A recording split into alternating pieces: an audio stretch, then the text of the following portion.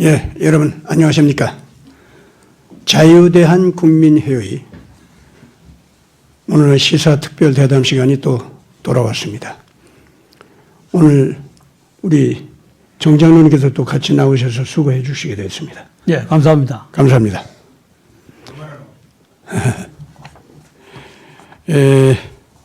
오늘은 두 가지 제목을 가지고 좀 얘기하려고 합니다.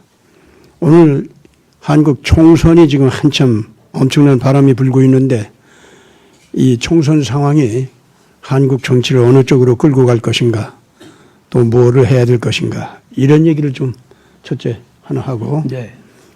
또 하나는 지금 아주 급하게 전 지구적인 문제로 등장하고 있는 게 있습니다.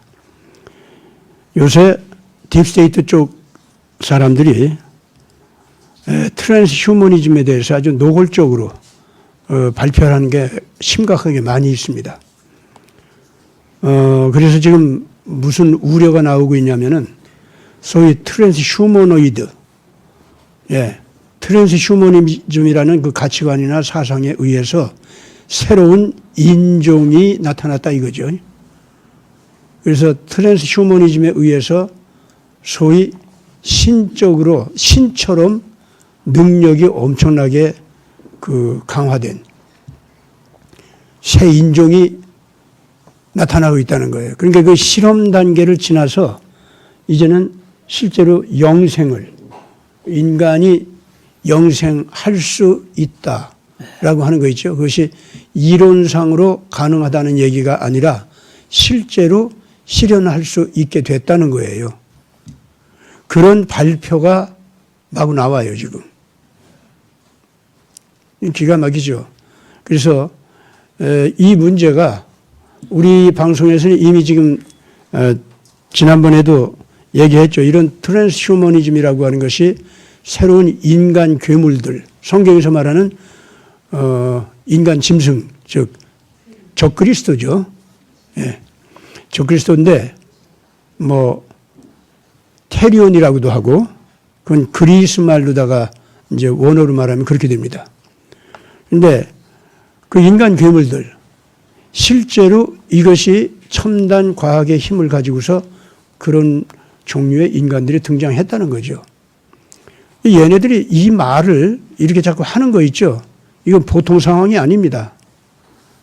그거는 인간의 첨단 과학의 힘으로다가 인간이 영생할 수 있다라고 하는 말이 나오는 거 있지 않습니까? 이 말은 무슨 말이냐면 하나님의 정의로운 진리나 아가페적인 사랑의 권능이 있죠. 그걸로 사람이 영생하게 된다는 말이 아닌 거예요. 그건 웃기는 신화라는 거예요. 그게 아니고 첨단 과학의 힘으로다가 사람이 죽지 않고 영원히 살 수 있다는 거. 소위 그게 트랜스 휴머니즘이라는 거고, 거기서 새로 나타난 인종, 영생하게 된 인종 있죠? 트랜스 휴머노이드지, 그러니까. 그런 것이 실제로 지금 현재, 이제는 등장하게 됐다는 선언 비슷한 발표들을 마구 하고 있어요, 지금. 이제 그 얘기는 뭐냐면은 하나님은 있어도 없는 것 같이 취급해도 된다. 하나님은 사실 없는 거나 다름없다. 우리하고는 필요가 없는 존재다라는 얘기예요. 그럼 하나님이 실제로 존재하신다면 이런 종류의 선언이나 이런 종류의 인간들을 어떻게 하실까요? 영원히 없애죠. 당연하게. 왜냐하면 그 인간이 아니니까. 이미 그거는 트랜스 휴머니드라는 말 자체가 하나님의 창조 질서에서 벗어난 새로운 인종이 나타났다는 겁니다. 그러나 첨단 과학 자체가 사실은 하나님의 작품 아닙니까? 그런데 그걸 저들이 훔쳐가지고 자기들 거래, 그게. 그래가지고 자기네들의 세포, 육신의 세포를 갖다가 영생할 수 있도록 만들어가지고 우리가 영생할 수 있다. 하나님 없어도 우리는 그거 할 수 있다. 이렇게 된 거예요. 그러니까 하나님의 권위와 권세를 저들이 훔쳐가지고 자기들 거라고 하면서 내가 이제는 하나님같이 됐다. 그런 얘기예요. 하나님같이 됐다가 아니라 내가 하나님이야. 그 소리예요. 이거는 정면으로 하나님의 거룩한 권위에 대해서 도전하는 거죠. 예. 창조주, 그러니까 잘 보세요. 영생한다라고 하는 거 있죠. 그것이 첨단 과학 힘으로 이제 한다고 하는 거 아니야? 네. 그럼 첨단 과학적인 모든 법칙 있지. 그것이 먼저 있어서 이 과학을 발견해서 영생하겠다고 하는 이 인간들이 먼저 있었어. 누가 먼저 있었어요? 첨단 과학 기술 그 자체, 그 진리 자체가 먼저 있었던 거 아닙니까? 만약에 진짜로 그렇게 할 수 있다면은, 그렇잖아요? 그걸 이 인간들이 발견한 거 아닙니까? 발견해가지고 과학적인 기술로다가 환원시켜서 자기네들 생세포를 갖다가 죽지 않도록 만든 거 아니겠어요? 그렇잖아요? 그러면 하나님께서 이미 창조해 놓은 법칙을 저들이 발견해서 그걸 가지고 지 생세포를 영생하게 했다고 하면은 그 하나님께서 하게 하신 거지 왜 저들이 한 거예요? 아, 그래요? 안 그래요? 근데 이건 내 기술이고 이건 내 거고 내가 영생을 취하게 됐으니까 내가 하나님과 같이 됐다는 거예요. 완전히 훔치는 거죠. 강탈하는 거고 약탈하는 겁니다. 그런데 내가 그 여호와 하나님만큼 내가 좀 세거든? 만약에 존재한다 하더라도 이러고 달라드는 거예요. 그것이 바로 성경에서 말하는 사탄입니다. 그렇기 때문에 이런 존재는 이미 인간이 아닙니다. 사람이 돼가지고 사람 입으로 이런 식의 영생을 얘기하는 거, 이것 자체가 그 인간들은 실질적으로 트랜스 휴머니즘의 첨단 과학기술이 그 몸속으로 아직 안 들어갔어도 그 사상을 말하면서 그 종교화된 자기 신념을 발표하면서 우리는 영생하게 되어 있다 이러고 나온다고 하면은 그게 바로 그 인간이 적그리스도 내지는 사탄이 되어 있다는 겁니다. 그럼 그런 인간은 영원히 없애야죠. 그렇게 될 수밖에 없습니다. 인간이 서로 아끼고 사랑하는 희생적 사랑으로 살아가는 관계를 맺어가는 거 있죠. 그것 자체를 증오하고 적대시하고 아주 그냥 분해가지고 못 견디는 거예요. 그 법칙 자체를. 예. 그건 하나님한테 내가 영원히 사랑의 노예가 돼서 순종하게 만드는 그런 하나님이 나를 속여가지고 그 사랑의 노예법에 나를 굴종시키는 거다. 이렇게 얘기하는 자들이니까 이게. 그래서 그런 인간들은 완전하게 정말 하나님과 대적하는 원수가 되고 사탄이라는 말 자체가 원래가 대적한다, 반항한다 그런 뜻 아닙니까? 예. 그래서 얘네들은 기본적으로 없어져야 됩니다. 그런데 이런 자들이 드디어 전 지구에 있는 인류 전체의 생명을 좌우할 수 있을 만큼의 엄청난 무기라든가 기술이라든가 돈이라든가 힘을 다 가지고 있다고 합시다. 훔쳐서 가졌던 뭐 어떻게 해서 가졌다고 합시다. 이 악마 같은 것들이. 그래서 자기네들의 신격화된 삶을 살기 위해서 세상에 있는 모든 인간들이 자기들한테 반항하지 못하도록 어떤 상태에 가둬놓고 그래도 반항하면 그 죽여버리는 거 이 짓을 하기로 작정한다면 사실상 하나님께서 창조하신 대로의 인간들이 더 이상 하나님께서 원하는 대로 살 수가 없는 거 아닙니까? 그렇지 않아요? 네. 그래서 그렇게 복종하는 인간들도 살 가치가 없고 그렇게 복종시키는 이 악마 같은 인간들도 살 가치가 없고 그러면 인간이 전멸해야 된다는 거예요. 이 작자들이 이런 트랜스 휴머노이드가 돼가지고 인간들을 지배하기로 작정하고 나서는 순간부터 인간들은 전멸 대상으로 변하고 만다는 거예요. 하나님 앞에. 그러니 얘네들이 선언한 대로 인류가 이끌려 가도록 내버려 두시겠어요, 하나님께서? 그래서 얘네들을 분리시킨다 그 말입니다. 끝까지 얘네들 주장대로 가는 자들도 거기 또 따라가게 해요. 분리시켜요. 그래서 빛의 자녀라고 완전히 분리시킵니다. 이 분리시키는 것, 이것이 하나님의 자녀들은 차원을 비약해서 거룩하고 아름다운 세계로 생명이 거룩하게 승화되도록 그렇게 만든다 그 말입니다.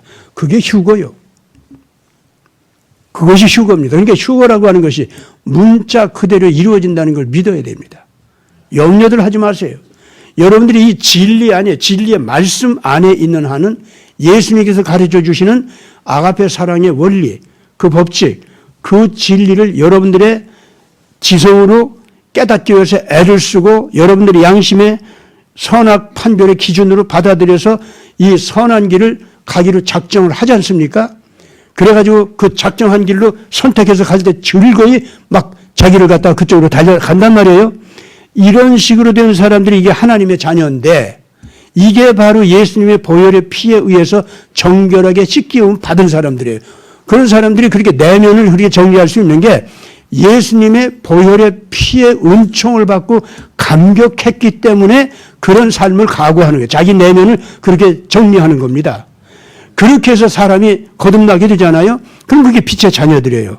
그런 사람들은 국가를 그런 국가로 만들어가요. 통치 원리도 그렇게 통치하게 됩니다. 그러면 지금 얘기한 이런 휴머노이드, 이런 그 사탄으로 변한 인간들, 인간이 아니죠. 인간 괴물들이죠. 이런 인종들. 이것들이 와서 내가 지배자가 된다가 내가 신이 된다. 너희들은 나한테 복종해. 해서 예, 복종하겠습니다. 하고 나온 것들이나 신이 되겠다라고 일어선 것들이나 다 같이 망할 자들이란 말이에요. 그들을 하나님께서 분리시킨다 그 말입니다. 분리시킬 때 이 하나님의 자녀들은 그야말로 휴거를 하면서 거룩한 권능과 권위를 가지고서 이 악한 자들을 심판할 수 있는 권세의 자리로 올려놓는다 그 말입니다. 그게 휴거예요.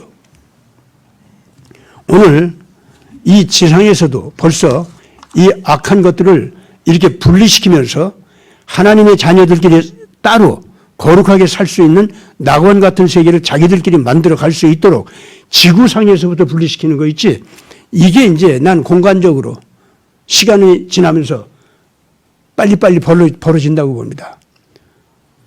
예, 이제부터 모든 나라가, 모든 백성이 그렇게 부름받게 돼요. 그런 사람들 앞에 가려지지 않고 예수님의 이름이, 예수님의 그 거룩한 인격이, 그 인격에서 나오는 엄청난 감동스러운 기쁜 삶의 지혜가 그냥 사람들을 덮어주면서 새로운 예수 문화 쪽으로 모든 나라가, 모든 백성들이 그쪽으로 간다고 봅니다. 이 악한 자들은 상상할 수 없는 그러한 권위와 권세를 그 사람들은 갖게 됩니다. 아랍 세계로 가든지, 저 아프리카로 가든지, 러시아로 가든지, 중남미로 가든지, 어디를 가든지 이 사람들 그 권세와 권위를 가지고 그 나라 사람들을 변화시켜주고 그 나라도 변화시켜준다 그 말입니다. 앞으로 우리는 그 시대를 지금 앞에 두고 있습니다. 그가 가기 전에 이 악한 자들과 이제 이렇게 하나님께서 선별하는 방법이 있잖아요. 그것이 어떻게 이루어지는가 오늘 좀 얘기를 조금 하려고 합니다.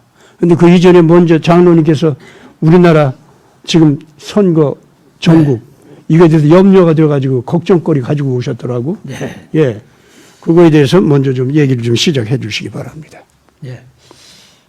우선 오늘 목사님께서 여러 가지 구체적이고 종합적인 말씀을 해주셨는데 제 개인적으로 우선 설명을 드리고 싶은 거는 목사님께서는 80평생 역사신학과 기독교 문화에 대한 내용을 깊이 연구하셨고 또 국제사회의 어떤 그 흐름에 대해서도 탁월한 안목을 갖고 계셨기 때문에 혹시 이 방송을 들으시는 분들께서 이제 오해할 소지가 있을 것 같아서 제 개인적인 소견을 한번 말씀드리면 잘못 들으면은 이 방송이 지금 기독교 방송이냐 이런 식의 오해를 하실 수 있을 것 같은데 다른 일반적인 종교라고 얘기하고 있는 종교에서 얘기하고 있는 그런 세계하고 지금 목사님께서 말씀하시는 이 내용은 종합적인 소위 창조주 하나님에 대한 배경서부터 역사의 흐름 또 우리가 앞으로 가야 될 길에 대한 내용들을 거시한적으로 이렇게 보셨기 때문에 그 내용을 먼저 머릿속에 두시고 이 말씀하는 그 내용들을 좀 새겨두시면 도움이 될 것 같습니다. 한쪽으로 이게 기독교 방송처럼 이런 하나님 얘기하고 휴고 얘기하고 그런 내용으로 지금 흘러가는 거냐 그런 내용은 절대 아니라는 것을 제가 보충 설명을 좀 드리겠습니다.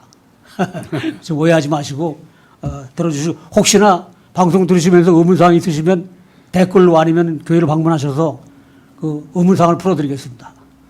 예. 그 조금 전에 말씀하셨던 트랜스 휴머니즘이 도대체 뭐냐?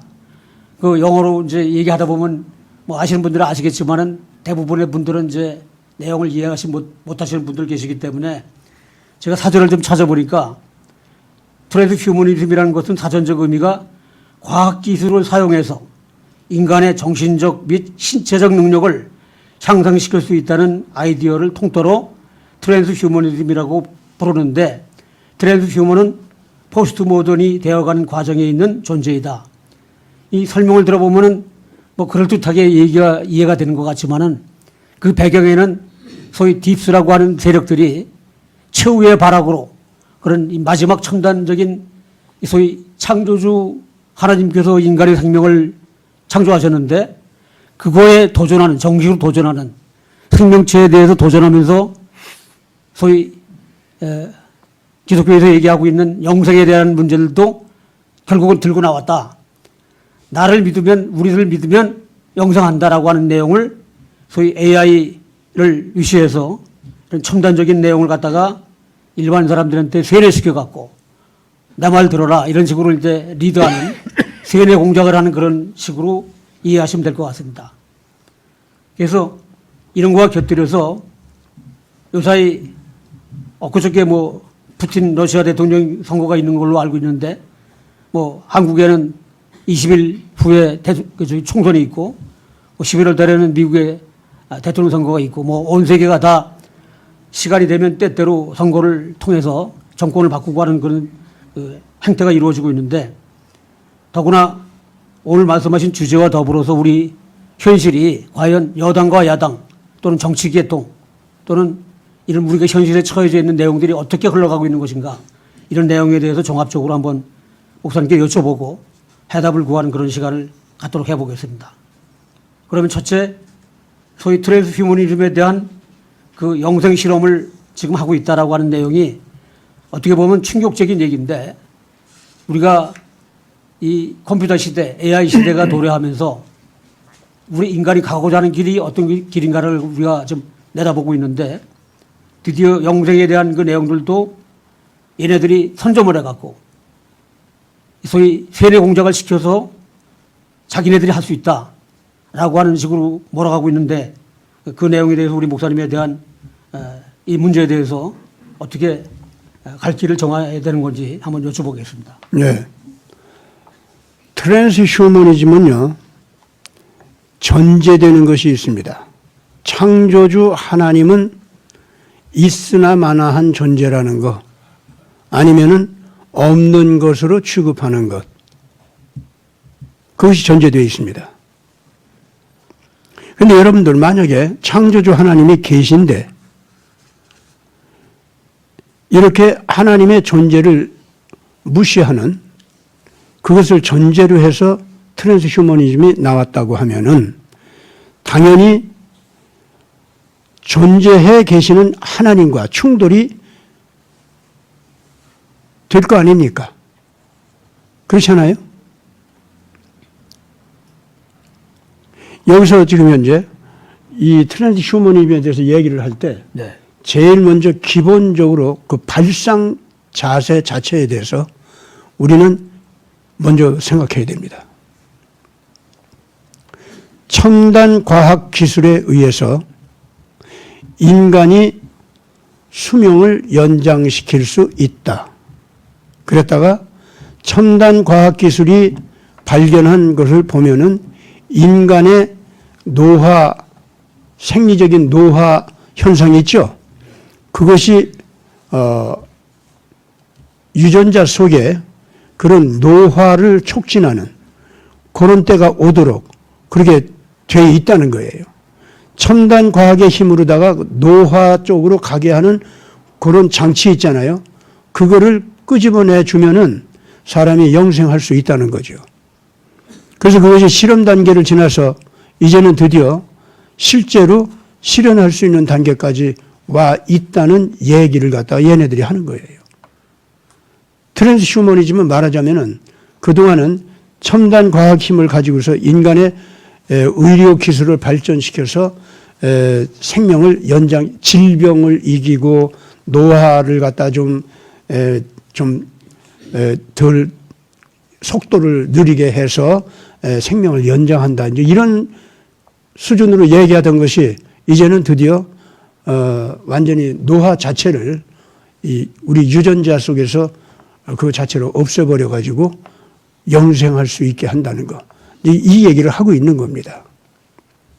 그러니까 이제 이 사람들은요, 도덕성 또 사랑의 희생 이런 것에 의해서 인간이 영원한 생명 쪽으로 가게 되어 있다고 하는 얘기들은 다 그거는 원래부터가 있지도 않던 거고 웃기는 거다 이거예요. 사람이 도덕적으로 살고 정직하게 살고 어쩌고 해서 이 세상에서 생명을 연장시킨 예가 없다는 거지. 다 손해만 받고 어려운 일만 당하다가 그러다가 생존 경쟁에서 패배하고 오히려 거짓말하는 자보다도 정의를 실천하지 않는 자보다도 더 손해를 보면서 더 일찍 죽어버리고 특히 그 육식 동물 앞에서 초식 동물이 잡혀 먹히듯이 양심과 도덕성을 가지고 사는 사람은 자기중심 이기적으로 살아가는 사람 앞에 잡혀 먹힌다는 거. 이것이 트랜스 휴머니즘의 기본 발상입니다. 거기에는요, 하나님이 존재한다 하더라도 하나님은 별로 의미가 없어요. 무시해요. 그렇기 때문에 아예 기본적으로 이 트랜스 휴머니즘 사상은 하나님이 없다고 전제해놓고 학문 활동을 하는 겁니다. 거기는 양심이다, 도덕성이다, 이런 거, 희생적 사랑이다, 비웃을 수밖에 없잖아요. 그 세계는 영원히 인간과 인간의 관계, 인간과 생물과의 관계, 인간과 모든 무기물과 유기물과의 모든 관계가 결과적으로는 다 이기적인 거라는 거예요. 자기 유익하도록 모든 게 돌아간다는 거예요.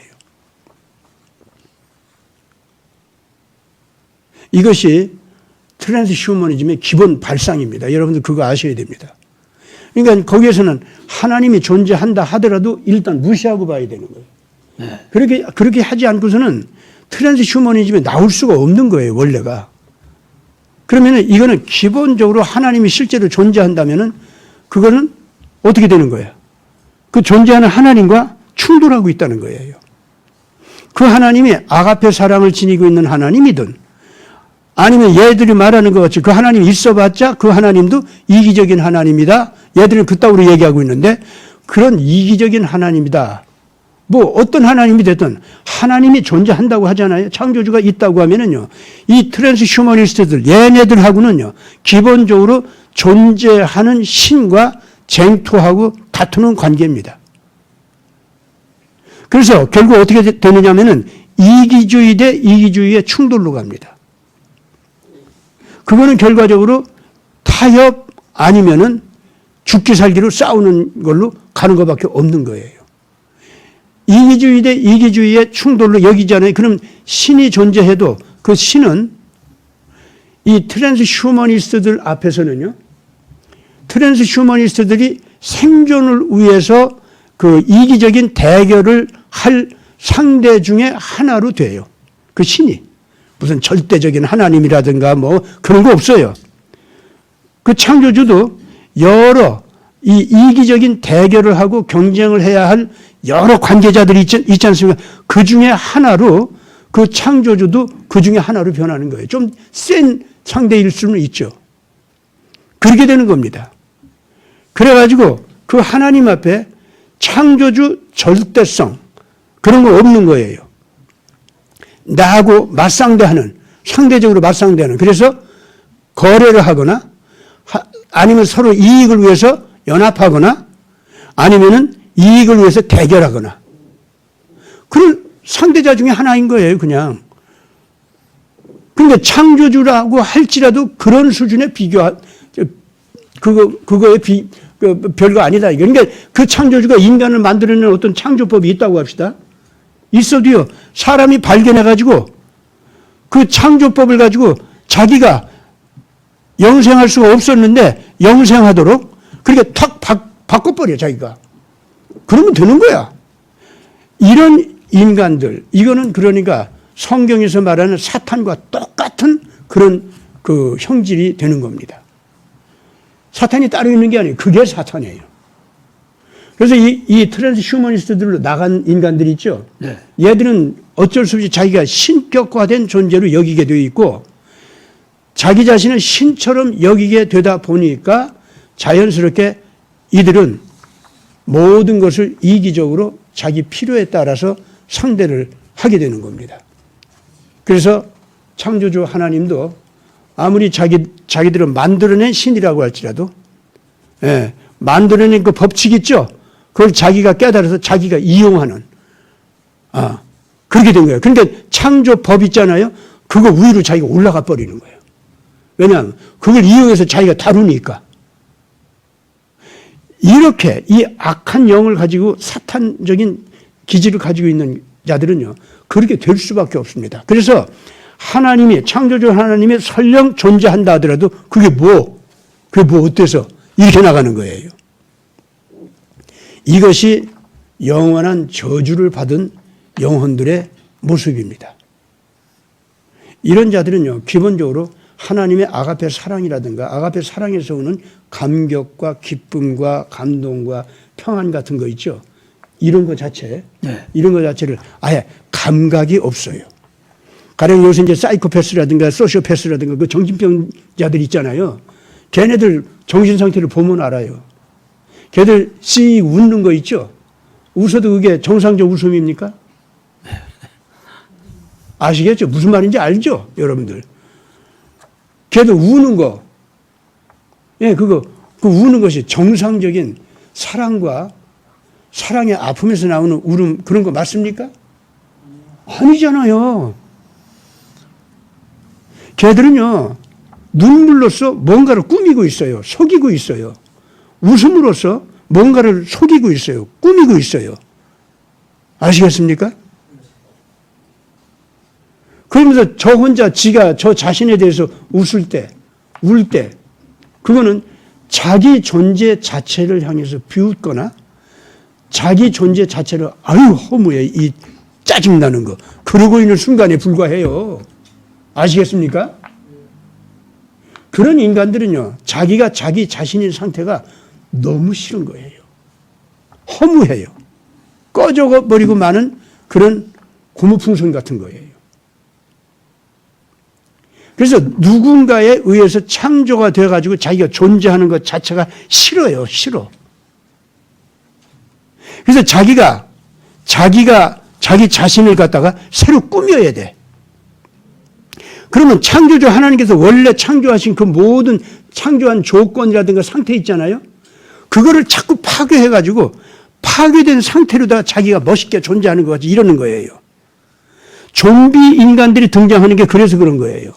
이런 정상적인 인간이 아니라 해골바가지, 시체 썩어 문드러진 거, 그걸 가지고 헤헤거리고 나오는 거, 그런데 나 무섭지 이러는 거. 왜 인간들이요 자기를 그렇게 꾸며야 될까요? 무엇 때문에 인간들이 자기 몸에다가 문신을 할까요?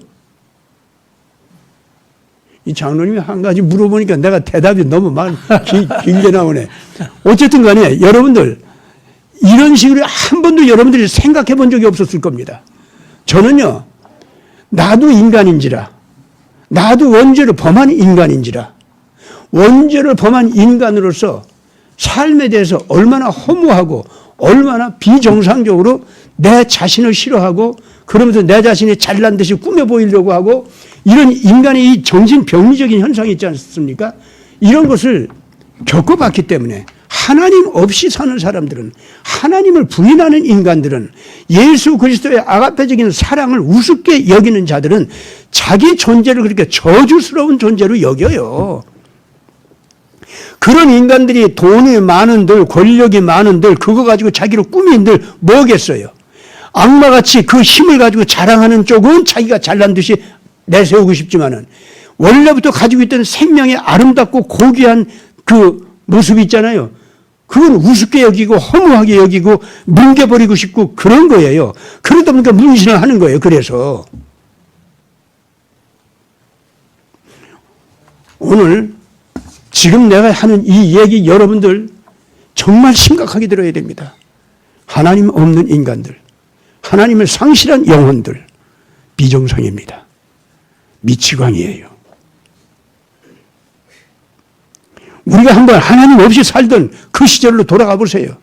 오늘 지금 애국자 노릇하는 여러분들께서도 당신 자신이 하나님 없이 애국자 노릇 아무리 해봐 얼마나 허무해, 얼마나 짜증나, 얼마나 겁이 많이 나. 그리고 보이는 곳마다 이쁘고 참되고 아름다운 곳이 나와도 아이고 저거 얼마 있으면 다 꺼지는 물방울 같은 거, 아이고 슬프다, 잡초더미에 그 꽃 하나 핀 것 같구나. 아무리 이쁘고 고운 곳이 나와도요 그렇게 볼 수밖에 없다니까. 그리고 돌아가는 것은 허무요, 죽음이요, 무시무시한 공포요, 영원한 절망. 그걸 잊어버리고 싶은 거야. 그러니까 거짓말로다가 그냥 온갖 권력으로다가 폭력으로다가 증오심으로다가 그냥 모든 걸 자기로 채워가지고 나는 존재한다, 나는 힘이 있다, 나는 재주 좋다, 나는 성공한다 그러는 거 아니겠어요?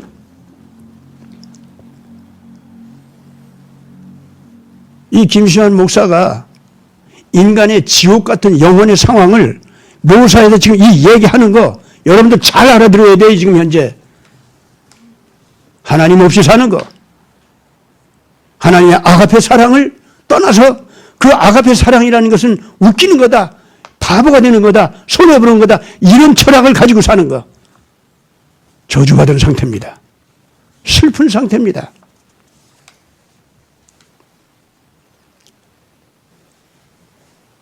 네, 지금 말씀해 주신 그 영생의 길이 개발 완료 단계에 와 있다라고 하는 그 내용을 함축해서 요약하자면 세 가지인데, 첫째는 첨단 과학 기술로 유전자 조작을 할 수 있다. 둘째, 자의식을 로봇 용기에 담기 시작했다. 셋째, 인간 자체의 로봇 진화를 완료 단계에 와 있다. 이렇게 주장하면서 그 개발 완료 단계에 와 있다라고 주장하고 있는 내용들입니다. 따라서 그 히브리 대학 교수의 유발 하라리라는 그 교수가 있습니다. 이 친구가 신의 힘이 아닌 첨단 과학 기술로 인간 수명의 영생이 가능하다고 공언해 왔습니다. 이 유발 하라리 그 교수의 그 견해를 다시 한번 좀 세부적으로 종합을 해 주셨으면 고맙겠습니다. 예. 뭐 지금 유발 하라리가 하는 얘기 더 이상 깊이 있게 얘기할 것도 없어요. 지금 제가 하는 얘기 잘 들으세요. 간단해요, 그 사람 얘기. 하나님은 있어도 없어도 우리에게 별로 의미 있는 존재가 아니라는 겁니다. 우리 첨단 과학기술로 우리 유전자 속에 있는 노화를 향한 신호등이 있지? 그걸 탁 꺼버리면 된다는 거예요. 그러면은 끊임없이 인간의 세포가 어린아이의 세포같이 재생하고 재생하는 힘 있잖아요. 그걸 회복하게 하면은 영생할 수 있다는 겁니다. 그리고 오늘의 첨단 과학은 드디어 그걸 영생할 수 있는 단계까지 실험 단계도 거쳐서 이제는 실제로 실현할 수 있는 데까지 왔다는 거예요. 근데 이 작자의 말은 어디까지 가는 줄 압니까? 이 지구촌이 좁아 터진 곳인데 모든 사람한테 이 영생하는 힘을 주면 어떡하지? 지옥이 될 거 아니야? 왜냐? 이런 식으로 영생을 가진 존재들은 어느 하나도 이기적인 철학을 가지고 사는 자가 없는 자가 하나도 없는데, 전부가 무슨 사랑이라든가 이런 걸 상관없이 이기적으로 살아가는 존재인데, 그런 것이 지구에 넘쳐나 봐요. 지옥이 되지. 그래서 앞으로 이제 양자 컴퓨터라든가 또 AI 기능이라든가 챗GPT 같은 거 AI 기능이 있지 않습니까? 이런 것이 양자 컴퓨터 정도의 모든 지적 처리 능력을 가진 그런 인간이 유전자 조작에 의해서 칩으로 만들어가지고 인간 뇌 속에 그걸 심어준다. 이렇게 되는, 그래서 신이 된 사람들, 일반 사람과는 능력이 전혀 다른 거야. 이런 사람들은 이 지구를 통제하고 이끌어가는 신의 족속으로서 따로 특권화된 성역이 있어야 되고 나머지 모든 사람까지 그렇게 살 수는 없는 거거든, 지구가. 그래서 그 밑에서 공무원, 이제 좋게 말하면 공무원이야. 그래서 사실은 노예 종족이죠. 무조건 신이 된 자들을 받들어 섬기는 자들이죠. 그것들은 몇 년 제한된 생명이 있지. 그것만 가지고 살도록. 그렇게 허락을 받아서 그렇게 사는 거예요. 육체 노동을 하는 필요는 없으니까 거기다 로봇가 다 하니까 인간들은 그저 그 지구촌을 관리하기 위해서 필요한 정도로 신격화된 그 인간들을 섬기기 위해서 필요한 만큼만 숫자가 허락된 만큼 살아가면 된다는 거지. 그리고 나머지 인간들은 그 신처럼 된 인간들에게 먹이가 필요해. 먹이가 돼줘야 돼. 우리가 닭을 사육하고 소를 사육하듯이 인간이 인간을 먹는 그 먹이가 돼야 되는 거예요. 그 먹이가 되기 위한 인간들이 있죠. 그것도 허락해주고. 그렇게 해서 질서를 잡아가는 거. 이것이 지구촌을 유지하는 그 아주 그 이상적인 사회 아니겠냐 이거야. 유발 하라리가 지금 하는 얘기가 바로 그 소리야. 네. 이네들이 지금 하서요. 이미 자기들이 그렇게 모든 통제 체제를 만들어 놓고서 발표하는 것이 아니고 그 통제 체제가 만들어지지 않은 상태에서 이걸 발표했거든. 왜 그럴까요? 되게 급했던 거예요. 네. 네. 지금 당장 이걸 급하게 이걸 발표해가지고 사람들이 속아 넘어가기를 바라는 거지. 그래서 그런 인간들한테 미리 겁이 나가지고 최면당한 상태로 심리적으로 집단 최면당해가지고 그런 것들한테 겁이 나서 덜덜 떨게 하는 인간들을 그렇게 만들어가는 거 있지. 그래서 우리 쟤네들 말 무조건 들어야 돼. 아니면 우리 살 길이 없어. 뭐 이렇게 되는 거 있잖아요. 지금 이 인간들이요 다급하게 그쪽으로 간 거예요. 그렇지 않으면 유발 하라리 같은 이 어리석은 발표를 갖다가 지금 그런 것이 이루어지지도 않았는데 이런 말을 할 이가 없죠. 지금 이 딥스의 아바타 중에서 대표적이라고 할 수 있는 시진핑 하는 집 봐요. 얼마나 유치합니까? 얼마나 자기 망조가 들었어요, 지금 현재. 거기 나타나서 무슨 빌 게이츠가 어쩌고 소로즈가 또 이 시진핑은 이거 말 안 들으니까 이거 버르장머리 고쳐야 돼. 이따구 소리 하고 있고, 예? 이런 것들 왔다 갔다 하면서 어쩌고 하는 거 있지 않습니까? 그게 뭐예요? 지금 트랜스 휴머니스트들이 만들어낸 그 이상세계 있죠? 그걸 완성한 상태가 아니잖아요. 쫓겨가면서 망해가는 상태 속에서 어떻게 살아남을 수 있는 길을 열기 위해서 시진핑을 좀 써먹으려고 하다가 안 되니까 나 시진핑 버릴 거야. 인도 택할 거야. 이런 짓 하는 거 아니겠어요? 그렇기 때문에 이런 거를 볼 때 얘들이 지금 현재 완성되지 못한 자기네들의 그 기술이 있죠. 네. 또 이미 영생 실현할 수 있는 단계로 들어가지 못한 현 단계에서 다급하게 이런 걸 발표하는 것은 할 수 없이 집단 공포 최면 속으로 인류를 잡아 끌어넣어서 자기들이 원하는 전쟁, 자기들이 원하는 인류 간의 다툼, 이런 쪽으로 끌어들여서 그 틈에 뭔가를 해내려고 얘네들이 하는 짓이에요, 지금 현재. 그렇게 하면 됐지. 네. 유발 하라리 얘기는 이제 이만하면, 예. 트랜스 휴머니즘 관계는 이 정도라고 시간 관계상 예. 국내 문제의 핫 이슈에 대해서 한두 가지 정도 이렇게 한번 여쭤보겠습니다. 네네. 여러 가지 화두가 많이 있지만은 제일 중요한 게 요새 의대 학생 수 증원시키는 2,000명 증원시키는 문제하고 부정선거에 대한 그 보는 시각, 이 두 가지에 대해서 한번 목사님의 의견을 한번 네네. 들어보고 싶습니다. 첫째는 요새 의대 증원 정원수에 대해서 OECD 기준이라든가 세계 의료 현황에 대해서 여러 가지 갑론을박들이 많이 있는데 지금 상황은 강대 강으로 흘러가다 보니까 이 국민 생명을 볼모로 이 어디까지 갈 것인지 지금 우리가 예측을 불허하고 있는데 양쪽의 얘기를 다 들어보고 합리적인 방안을 도출해야 되는데 그렇지 못하고 이제 감정적으로 흘러가는 그런 내용들이 많이 있습니다. 그 내용에 대해서 뭐 이미 알 수 있는 분들은 많이 내용을 아시겠지만은 목사님께서 보시는 그런 그 현재 상황 이 내용을 어떻게 풀어가야 될지 이렇게 한번 말씀을 좀 듣고 싶습니다. 이것은 이번 이 문제를 제기한 의사들도 좀 들어야 할 소리가 있고 이거에 대해서 강대강으로 마주대하는 윤석열 정권이 있죠. 네. 이쪽에서도 지금 들어야 할 소리가 있습니다. 양쪽을 보면은요, 자기들이 겉으로 주장하는 거에는 옳은 부분이 있어요. 양쪽 다 있어요. 근데 속에 숨은 뜻은 분명히 옳지 못한 부분이 양쪽에 다 있습니다, 지금. 동시에 자기들끼리 다투는 거 있지 않습니까? 이걸 인해서 국민들 속에서 각기 자기 파벌 이익을 위해서 다투는 형태로 나오고 있지만은 실은 이것이 딥스테이트에 의해서 악용이 될 수가 있습니다. 한국 내부에서 지금 현재 이렇게 다투는 거 있잖아요.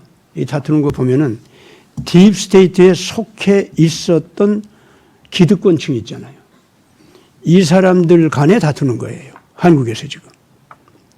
그러면 딥스테이트는 한국의 안보 불안을 조성해서 전쟁이라도 나게 하는 거 이런 것을 원하고 있었는데 그게 그렇게 쉽게 마음대로 안 되는 거야. 김정은이 아무리 핵을 가지고 춤을 춰도 한계가 있어. 그러면 이런 때는 어떻게 해야 되냐면은 남쪽에서만이라도 혼란이 일어나야 돼요. 네. 가중된 혼란 속에서 국민들이 불안해하잖아요. 그러면은 딥스테이트를 거부하는 쪽으로 마음이 통일돼서 그 국가적으로 힘이 딥스테이트를 쫓아내는 쪽으로 척결하는 거 있지 않습니까? 그걸 못하게 할 수 있는 상황을 만들어낼 수가 있어요. 뭐냐? 국내에서, 한국 내에서 딥스테이트 내부에서 자기들 그 기득권층에 있는 자들끼리 싸움 벌어진 거 있지? 이것이 국민들 전체의 싸움으로 번져가게 하면. 거기다 플러스 선거 전국 있지 않습니까?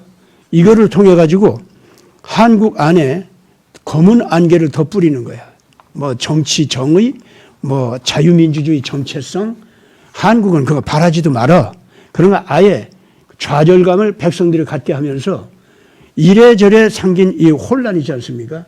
이거를 통해 가지고 이 백성들이 자유민주주의 정체성을 찾아서 나가는 가치관으로 마음이 통합되고 그런 쪽으로 나가면서 트럼프 자유민주 개혁 세력이 있지 않습니까?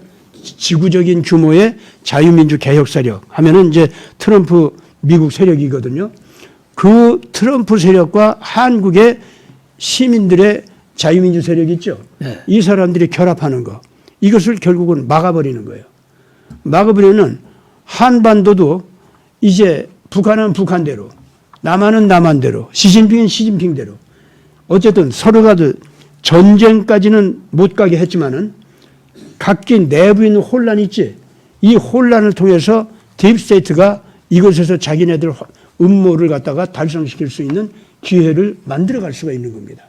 우선 일단 이번에 한국에서 벌어진 이 의사협회 여기에서 나오는 문제 있지 않습니까? 네. 이제 이걸 갖다가 이런 면에서 의사협회 쪽에서도 좀 봐주기를 바라고 동시에 이 대한민국 정부 쪽에서도 봐주기를 바라는 겁니다. 한국을 살리려면은 제발 이제는 양쪽 다 딥스테이트 심부름꾼 노릇하다가 자기 이익 때문에 다투는 이 상황 있잖아요. 정직하게 인정하고 국가를 위해서 국민들을 위해서 그리고 자기들 파벌 이익을 위해서 살아남기 위해서 그러기 위해서 이제부터는 이 문제 본질들을 다시 한번 잘 봐주기를 바랍니다. 첫째, 의사들은요 이렇게 해야 됩니다. 윤석열 정권 쪽에서 이번에 그 전문의 그룹을 갖다가 지금 뽑는 거 있지 않습니까? 네. 이거를 갖다가 의사들의 그 이익, 권위 이것을 침해하는 걸로 보지 말고 의사들 자신이 국민들과의 사이에서 의료 혜택을 주는 데 있어서 돈으로 벽이 쌓이고, 또 하나는 특권층, 거기에만 특혜를 주는 의료 행정이 있지 않습니까? 그 벽이 쌓이고, 또 다른 하나는 정치적인 압력이 올 때에 가령 중국에서 오는 사람들을 특혜를 준다든가 이런 거 있잖아요. 네. 이런 짓들 했던 거 있죠. 이거를 국민들 앞에 반성을 하라는 거예요. 그리고 그걸 고치겠다 이렇게 나와야 된다 그 말입니다. 그렇게 나오기 위해서 첫째, 돈으로 또는 계급적으로 이 기득권 그것에 의해서 벽이 생기는 거 있잖아요. 이걸 막기 위해서는 우선 의료 혜택을 줄 수 있는 의사들 숫자가 더 늘어나야 된다는 것. 그것을 국가에서 정부에서 정치적으로 이용할 수 있는 부대 조직을 만드는 식으로 하지 말라 이거예요. 더군다나 정부에서는 지금 현재 사회주의적인 의료 혜택이 있죠. 그런 쪽으로 가기 위해서 전문의들을 갖다 지금 이용하게 생겼는데, 그럼 그 전문의들은 진정한 의사가 아니라 뭐라고요? 정치적으로 이용당하는 의료 공무원이 되는 거예요. 이번에 이 백신 문제, 한국에서 지금 현재 이 코로나19 우한 폐렴 때문에 생긴 백신 문제 있지 않습니까? 네, 네. 이것 때문에 지금 현재 전 세계적으로 얼마나 말썽이 많이 일어나고 우리나라 안에서도 얼마나 치명적인 문제가 많이 일어났습니까? 지금 현재 얼마나 많은 국민들이 죽어가고 있습니까? 이걸 우리가 분명히 알고 있는데, 이제는 그때 당시에 문제가 많은 백신 주사를 갖다가 놓기 위해서 의료 행정이 어떤 식으로 움직였는지 우선 의사들이 잘 알고 있고, 네. 국가 보건 행정에 종사한 사람들이 너무 잘 알고 있잖아요. 자기들이 했으니까. 그렇잖아요. 그렇기 때문에 이런 걸 바라보고, 아, 그렇구나. 의료 행정이 만약에 사회주의화 하기 시작하면은 반드시 이것이 정치적으로 악용이 되고, 또 사회주의적으로 나갔던 순수한 의료 행정 결과가 형편없이 그 의료 혜택을 갖다가 파괴시켰다는 거, 그 산 예증을 갖다가 유럽의 의료 행정이 보여주는 겁니다. 유럽은 문화적 사회주의 어쩌고 하면서 거기가 완전히 의료 혜택도 국민들한테 사회주의적인 의료 제도로 바뀌었잖아요. 그렇게 바뀌어가지고 그 사람들 의료 치료 수준이라든가 또 치료의 혜택을 받는 비율이라든가 이게 어떻게 됐어요, 지금? 형편이 좀 낙후화됐어요. 한국하고 비교할 때 한국보다 훨씬 못해. 유럽에 있는 환자들이 한국으로 지금 나와서 치료를 받으려고 그래. 그거 우리가 눈으로 보고 있지 않습니까?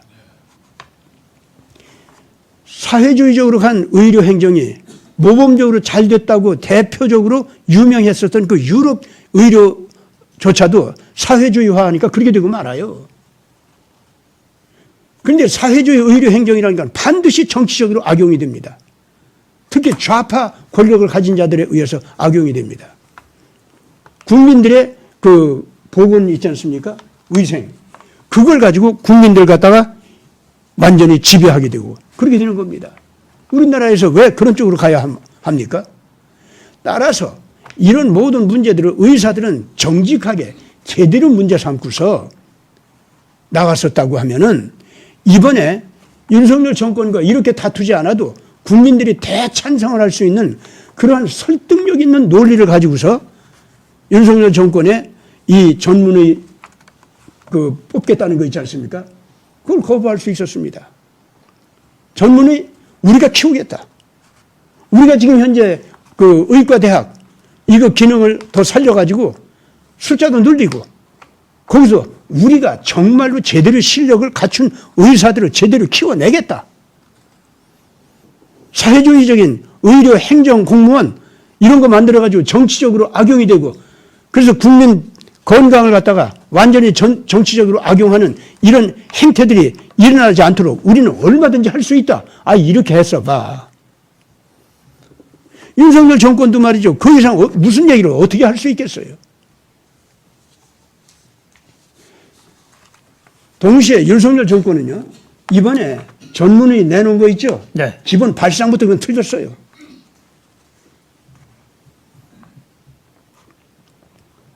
의사들은 부분적으로 잘못된 겁니다. 그러나 자세 자체는 의사들도 아주 잘못됐던 겁니다. 따라서 양쪽이 다 빵점이야. 아니, 마이너스 점수야. 예, 국민들 앞에서는. 예. 이게 지금 여론이 고쳐져야 됩니다. 전문의들 더 확충시켜서 모든 국민들이 고루 의료 혜택을 입을 수 있도록 해줘야 된다. 돈 때문에 문턱이 높아지고 특수층, 엘리트층 잘 봐주는 그 특혜 그 벽이 높아지는 거, 이런 거. 예, 이거 이제 다 부숴버려야 돼요. 정부에서도 그걸 외쳐야 되고, 의사들도 외쳐야 되고. 그러면은 방법은 의사들이 제대로 실력이 갖추어진 진짜 의사들을 키워내야 되고, 의료 공무원이 아니라 의사들이 정말로 병원을 확충해서 온 한국의 모든 지방에 다 병원이 생길 수 있도록 이렇게 해나가야 됩니다. 그것이 옳다고 봅니다. 그러면은 정부에서 하려고 하지 말고 괜히, 예, 현재 의과대학과 의료진이 열심히 그 방법을 마련해야 된다고 봅니다. 제가 한 말씀 좀 올리고 싶은데요. 며칠 동안 제가 양쪽에 그 토론하는 거를 제가 귀담아 들어봤는데, 사실 이 의과대학생 숫자가 왜 시작이 되느냐 하면 지방에 소아과, 산부인과, 응급의학과 이런 쪽에 의사들이 없다 이거죠. 예, 의사들이 없다. 그럼 없는 이유가 근본적으로 원인이 무엇이고 이 해결 방법이 무엇인가를 따져갖고 이거를 합리적으로 숫자를 갖다가 조정을 해야 되는데, 제가 들어보니까 미국이나 선진국 같은 데서는 의과대학생 수를 보사부 같은 데 혼자서 이렇게 주먹구구식으로 하는 게 아니라 그 모니터링을 계속 하고 있답니다. 매년 그 의사들의 그 숫자하고 그다음에 인구 증가, 감소 뭐 이런 현황 이런 것들을 종합을 해서 숫자를 늘려가야 되는데, 그 의료 제도의 펑크가 나는 부분에 대해서, 그러니까 몇 년 전부터 서울에 있는 빅5 병원들, 이 병원들 때문에 병원이 의술이 발달하는 게 아니라 이 서울로 집중화시켜서 지방에서도 KTX 타고 오면은 1시간 반, 뭐 2시간 다 오니까 지방에서도 그 병원에 갈 필요가 없다. 어? 서울로 올라오자. 근데 배만 아파도 다 서울에 있는 종합병원으로 온다 이거죠. 그럼 지방의 병원은 완전 씨가 마르는 거죠. 그래서 그런 비합리적인 얘기에서부터 그런 기본적인 거를 의사들이 대부분 다 돈벌이가 잘 되는 피부과로 간다. 그 원인이 무엇이냐? 이걸 해결하는 방법이 무엇이냐?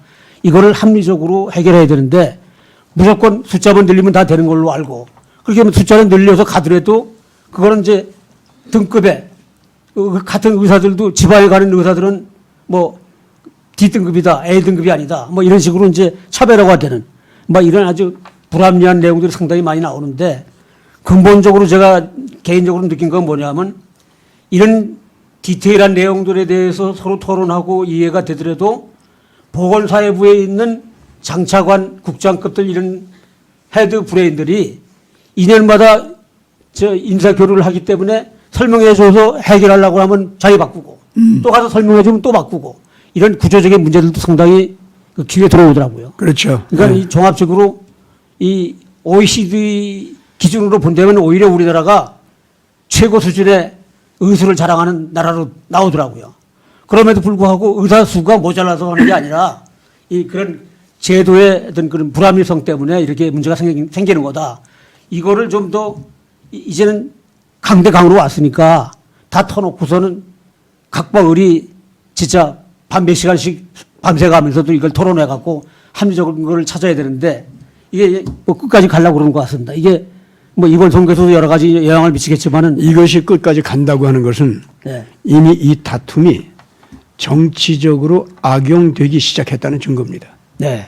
그러니까 의사들도 그렇고 정부 당국도 그렇고 당신네들 자체의 내부에 이런 음성적 정치 압력, 정치적으로 이용하려고 하는 자들의 의지, 이런 것이 돈이라든가 또 사람이라든가 어떤 권력을 통해서 들어온 것이 있나 없나 살펴보세요.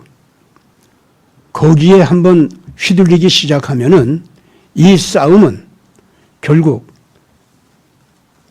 윤석열 정권도 버림당하고 현재의 의료진 대표들 있죠. 이것도 다 버림당하는 그런 쪽으로 가고야 맙니다.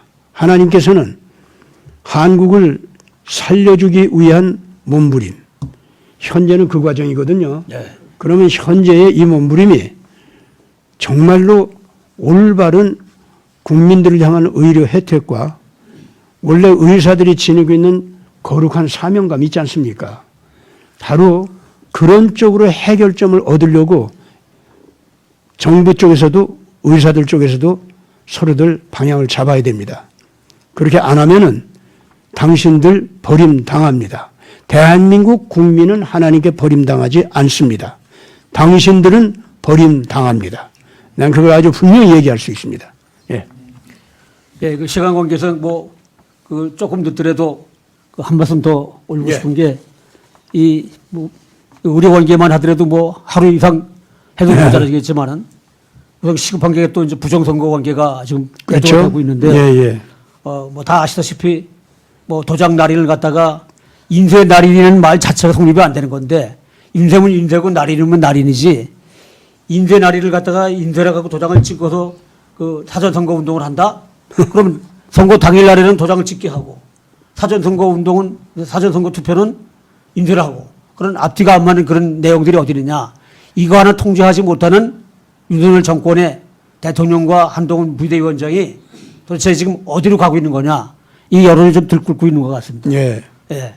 지금 근본적으로 윤석열 정권에 대해서 선거 운영 자체를 옳지 못한 운영이다.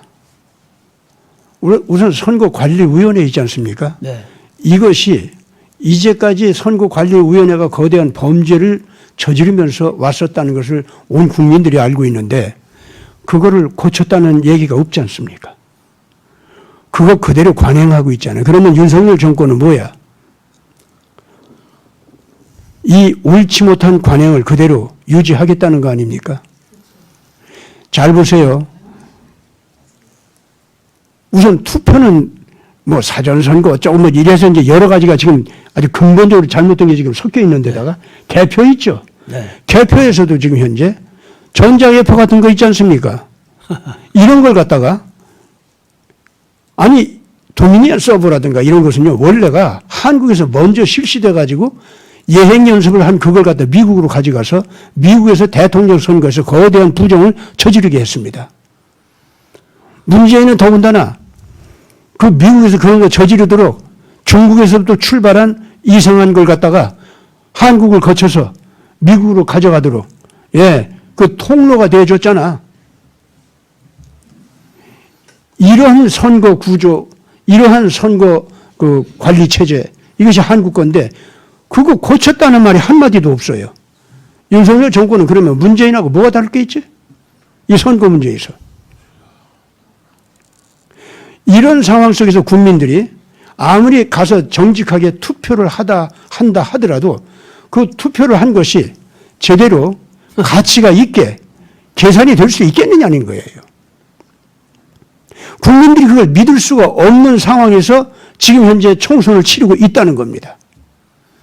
더군다나 여야라고 하는 당을 보니까 둘 다 딥스테이트의 지배를 당하고 있는 그런 당들이야 둘 다. 그렇기 때문에 거기에서 후보자를 결정한다 하더라도 전부가 딥스테이트의 지배를 당하는 주사파의 영향을 받거나 아니면은 MB계의 영향을 받는 그런 교상한 당들이라고 이게 다.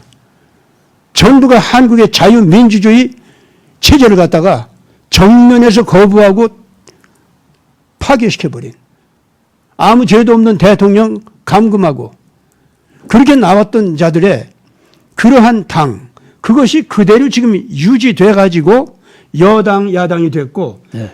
저들끼리 후보자까지 결정한다 이거예요. 그런 선거 판도야. 선거 운영, 행정적인 운영 체제도 지금 현재 하나도 바뀌지 않은 데다가 이 선거에 나오는 모든 후보자들이 이렇게 썩은 잘못된 정치 무더기 속에서 다 나오고 있다. 여야가 다 그렇다 이거야.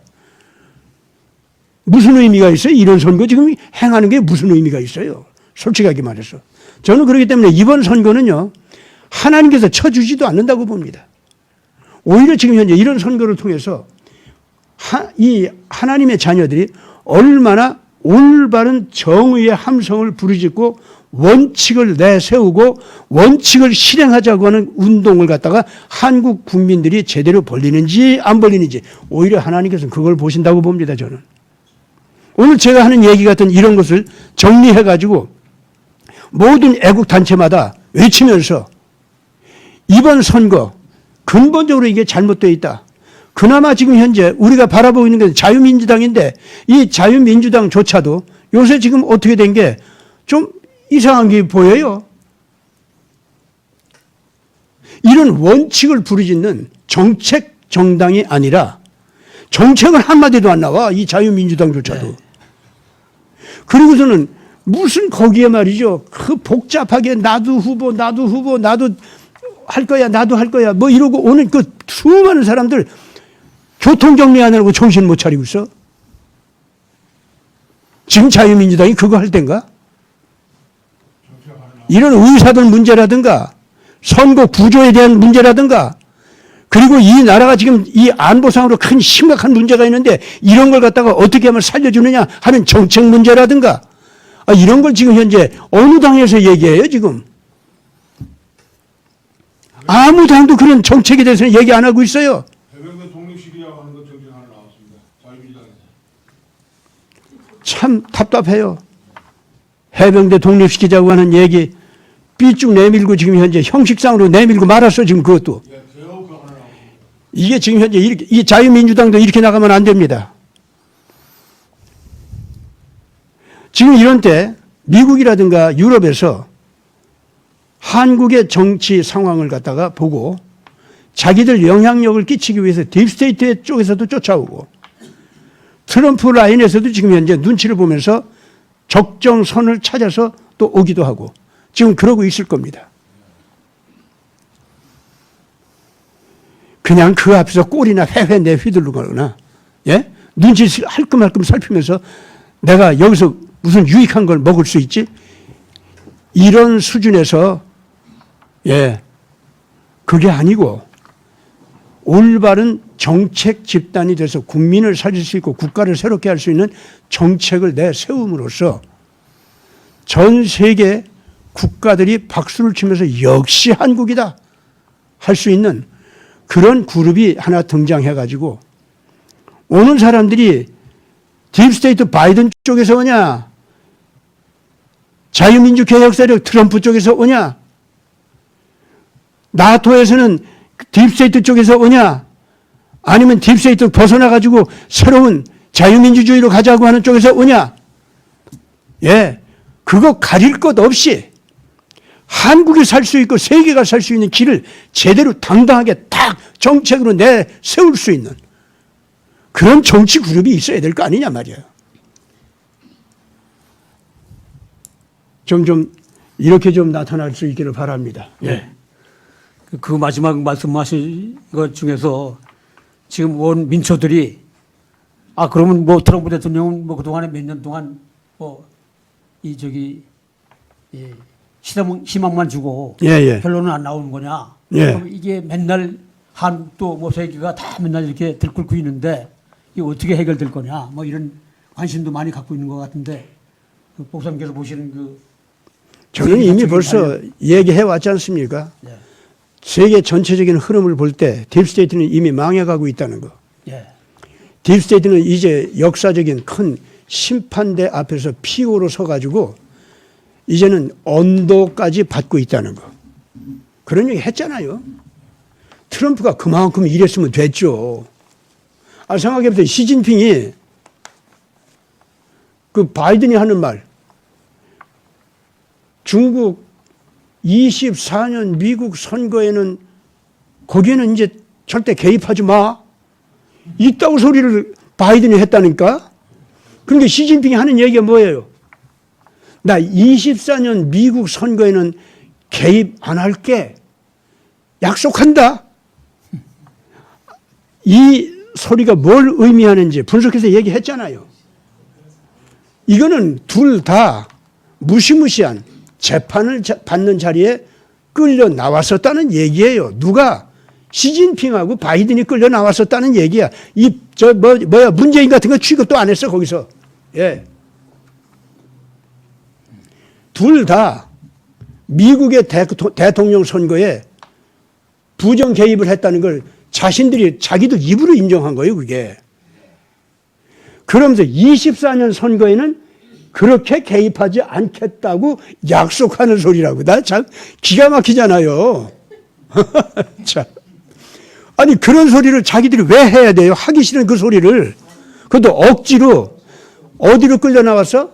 캘리포니아로 끌려 나와서. 캘리포니아는 미국의 대통령, 20년 대통령 선거에서 가장 부정을 많이 저질렀던 주입니다, 그게. 바로 그 주에 와서 거기서 둘이서 그따위 얘기를 한 거라 이겁니다. 이게 정상적인 외교회담입니까?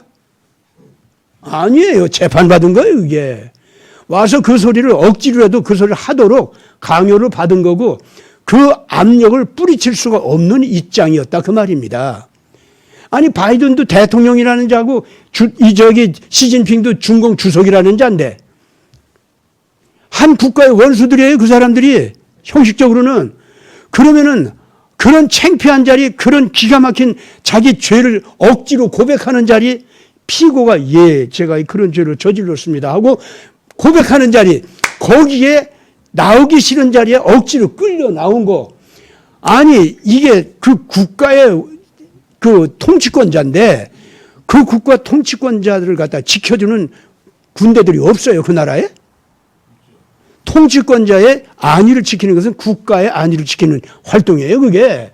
아시겠습니까? 전쟁 행위예요, 그건. 근데 꼼짝 못하고 시진핑도 바이든도 끌려 나왔잖아. 그리고 자기 죄를 시인하는 말을 했잖아요. 그리고 24년 대통령 선거에서는 절대로 안 합니다 하고 얘기를 했잖아요. 이래도 역사적 재판이 안 이루어졌다고 할 수 있습니까? 당장 가자 전쟁이, 우크라이나 전쟁이 안 끝났으니까 자기들 마음대로 안 된다고 생각하는 거예요? 이거는요, 한국 국민들이 자기들이 할 일을 아직 안 했기 때문에 그렇습니다. 이 나라에서 올바른 여론을 일으켜서 러시아 우크라이나 전쟁 한국만 제대로 나서면은 충분히 지금 전쟁을 가라앉힐 수 있습니다.